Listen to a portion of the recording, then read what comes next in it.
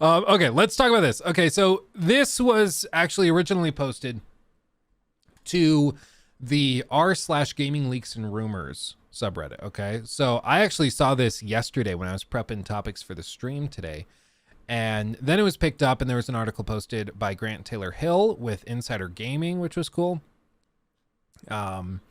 And they kind of outlined all of these little bitty details. But basically what was described, this person, it looks like a brand new account that they created specifically for this. So posts, comments. So this is their first post. Comments. It's all glitching out. Who knows what's happening? Oh, they commented on this. Can anyone confirm that these images we're about to look at are new and not just stills from a video? I normally call BS on these. Source is trust me bro posts, but the fact that the OP may have brand new images sure adds to their credibility.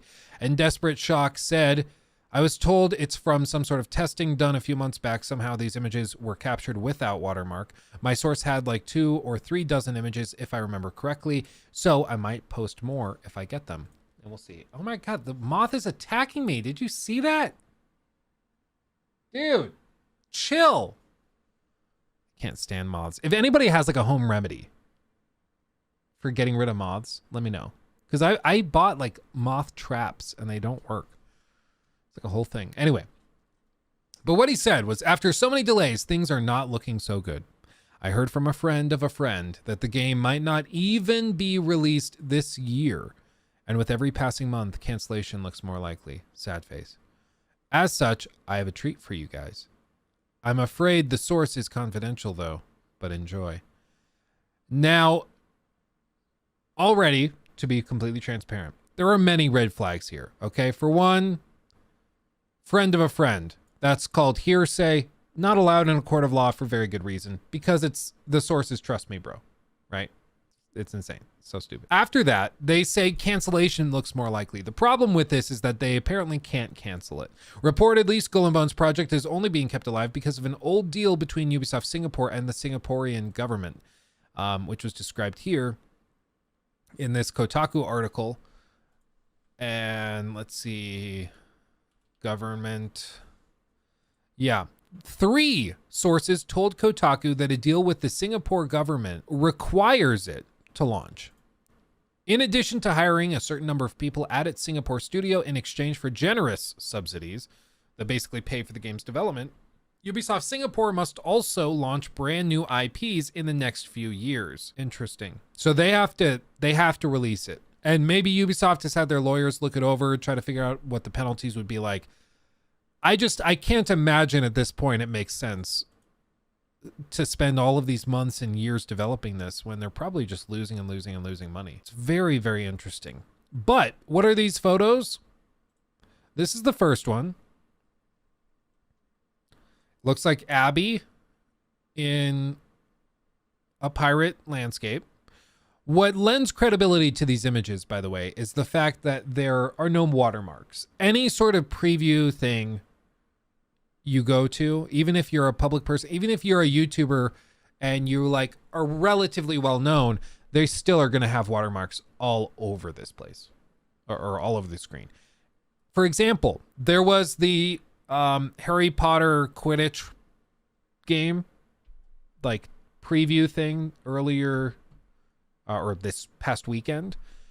And there was like all this news about, oh, it leaked. Some streamer got on stream and started just playing the game, playing the preview test server thing, and then realized that he wasn't allowed to do it because he didn't read anything.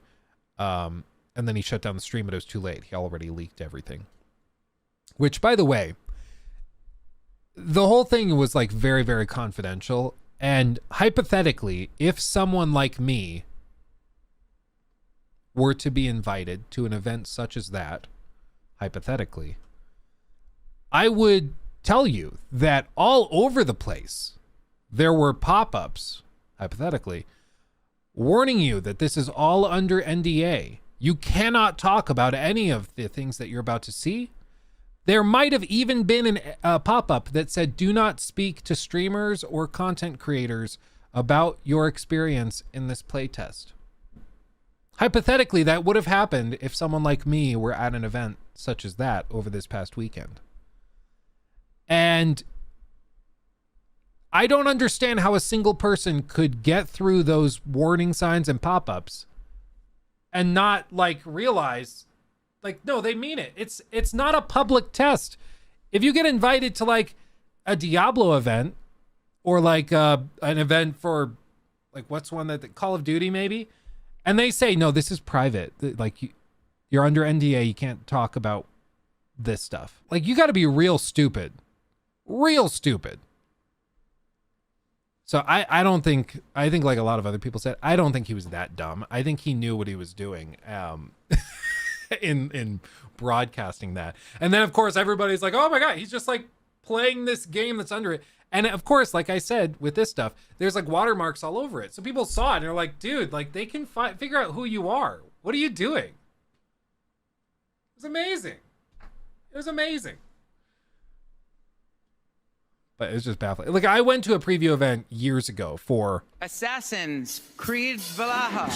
And this was like 6 months before it came out. Way back when. And all over the screen were like watermarks, and they like rotated and bounced around the screen and stuff, so you couldn't just get rid of them. It was like a pretty elaborate thing. Not easy to just get rid of, but it's because they want to avoid leakers. And if you do leak it, they can figure out who you are. But these images from Skull and Bones, apparently, from what people are saying, have no clear watermarks. There's no artifacting showing that they've been removed. And people were saying, can you just demonstrate, or can somebody prove that these things are not just taken from the gameplay footage we've seen? Because we have seen Skull and Bones. Okay, this looks funny. I might have to watch this. Skull and Bones gameplay. It's Borat and Resident Evil. What do you want me to do? Not watch it? I'm gonna watch it. Dude, it's already 10 months ago. That's crazy. July 7th of 22. I didn't realize it was that long ago that we saw this, but like, we've seen this gameplay. We've seen this. So I don't think that these leaks are anything like crazy. It just looks like still shots maybe from some of these videos.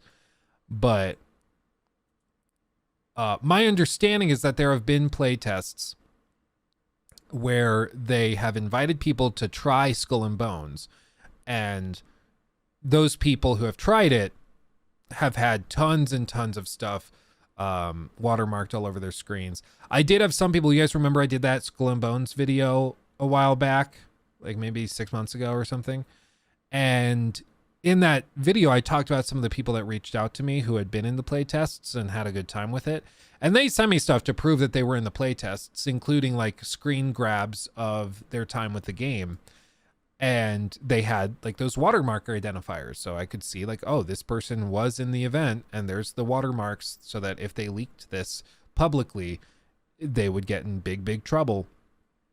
And so obviously I didn't share that, you know, why would I? Oh yeah, the dislikes. Oh man. I think they're hoping for like an Defiant thing where they can come out and then show people and they actually win people over. But I don't know, man. I also hate this font. They've been using this font a lot and I hate it. It looks so stupid. Why do they use it all over? I don't know what type of the font this is or what family font this is, but they've used it in a ton of stuff. Like Far Cry 6 used it all over the place. I just think it looks terrible. It makes it look like a mobile game. Get rid of this font, guys. I know it's small, but I tell you what, it's going to make a difference. Promise you. Yeah, anyway. So all of this stuff doesn't surprise me. It's having trouble. As for what like this leak actually means, I really don't know. It just looks like he got a few screenshots and was able to get rid of the watermarks and then probably shared those. I don't, the fact that he says they might cancel it tells me he doesn't know anything about the game. So I don't know. I don't know. Cause apparently it can't get canceled, and we've known this for a while. But people have said like, dude, why did they make it this way? Why didn't they just go and like do just Black Flag but without Assassin's Creed. Just do that. And I'm honestly not sure if that would have done as well as people just assume it would have done. Like, because let's be real, people played Black Flag, had a great time. So people said, oh, Skull and Bones, it's Black Flag, but pirates and not Assassin's Creed. That's awesome. But honestly, I think you run into trouble where the only way they could justify making Black Flag was because it was an Assassin's Creed game and it was going to sell millions and millions of copies. New IP generally have more trouble selling millions and millions of copies. They can, but it's not super common, which is why it's super, super exceptional when it happens. Like Elden Ring was crazy because it was a new IP from a well-established studio, though, and it did very, very well. But as for this, I think they thought that, oh, well, we'll just take the sailing mechanics and we'll make that the game. The pirate sailing mechanics, that'll be the game. But then they're like, okay, well, it doesn't really work to just do that single player. We probably need to have other players involved. Also, when did Sea of Thieves come out? When did that come out? 2018. Dude, it seems like that was... It seems like it's been out for way longer than that, but okay. I think it was maybe in early access. Is that what I'm thinking of? I don't know. Maybe it was 2018. I don't know. It feels like it was forever ago, but maybe not. Anyway, but they were working on this well before Sea of Thieves. So I think that by the time we got Sea of Thieves, it was like, oh, well, another studio came out. They did this kind of in a fun, goofy way. And it's going to be pretty hard to win over those fans who have played a lot of Sea of Thieves into this game. And part of what made Black Flag work is that there was, of course, the boarding, there was the hand-to-hand combat, the on-land exploration, and the sailing. It was a massive, massive game. And I think they just realized the only way we can really achieve what people are wanting is if we basically make Black Flag 2. And I just don't think that they have the resources to do that. And I don't think that was in the scope of Ubisoft Singapore. I don't think that they're able to do that. And so they're kind of caught in this spot where they're like, well, I'm not sure what to do now because people don't really want what we're making, but we can't make what people want. So we're just kind of screwed. It's a tough spot to be. Do you think developers overall should make simpler, lighter menus so all the processing power goes into gameplay? I hate fancy menus that hog processing power. Honestly, I don't know firsthand how much processing power as a percentage of like the frame calculation is used in these menus. I can't imagine very much. Maybe, I mean, if the menu is so heavy that it's actively degrading performance, then yeah, absolutely minimize. But I don't know enough about the development of games like these to say like, yeah, they could squeeze out these other features. They could have improved God rays if they simplified menus. I don't know. But I would definitely say gameplay should always take priority over how your menus look and run for real. Yeah, it uses the PUBG font UI. Yeah, I can't stand it. It looks terrible. It's terrible. They got to fix the font. Sea of Thieves is boring. It's the biggest problem that this game has. Well, this is what I was kind of surprised at. I used to say and think Sea of Thieves was boring. And then my brother Jacob, who's probably in chat right now, he is like a Sea of Thieves fiend. And he knows all of the tricks, all the places to go to get all the quests. Yeah, there he is. He knows all of that good stuff. And so when you play Sea of Thieves with Jacob, it's like a totally different game. And I think it's a problem with Sea of Thieves either way, because it shows that there's a barrier to entry. Like, they need to make it more accessible, not simplified, not stupefied, but they need to make it so it's easier to get started and really understand the game and the process and the minutia of it. The questing has to be simpler. Or at least easier to get into. I think a lot of it is this weird radial menu thing they seem obsessed with doing where, oh, you pull up a map to look for where you need to go. And it's like, okay, we'll pull up this radial menu and then press this button to go to a different radial menu. The UI needs an overhaul in my opinion.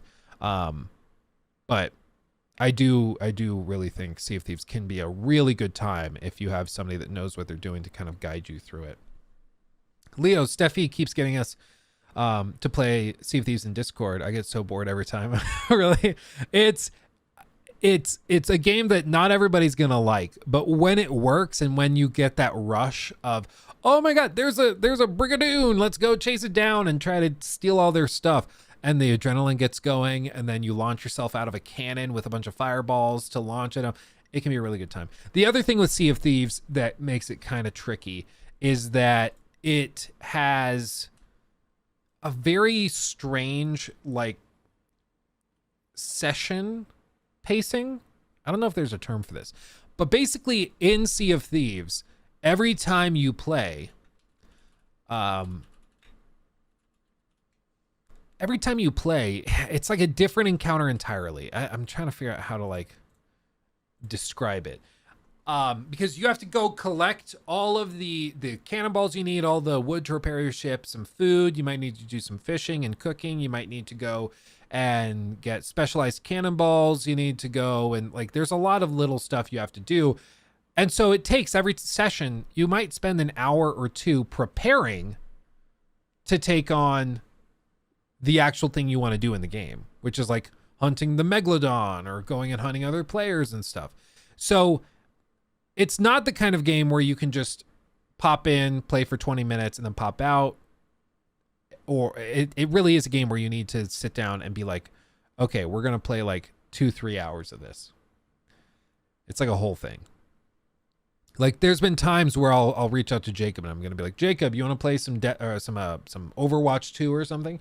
And Jacob will be like, yeah, I'm in Sea of Thieves right now, so give me like half an hour. Because it's not as simple as just getting out. He has to go back to the trading port. He has to sell all of the items, which you can only carry one at a time, by the way. And so you got to lug all of them back, run back to the ship, carry it back, run back to the ship, run back. Like it's a very sort of elaborate process. And so I do think that there could be some streamlining that would make the game more accessible for a lot of people, I think. But once you get into it, like there's moments like this. You can see in this gameplay video from Cliff the Story Guy, which I can share in chat right here. Boop. They're hunting the megalodon right there. It's like there's whole crazy encounters and things that you can engage with. Ghost ships, Davy Jones. There's tons, but I do think it needs some streamlining. Yeah, he was just waiting for the for it to charge and then repair. A lot of people misinterpret streamlining as like make it stupid, but I don't think you have to do that. I think that there's just little stuff that could be greatly refined. He took my thing.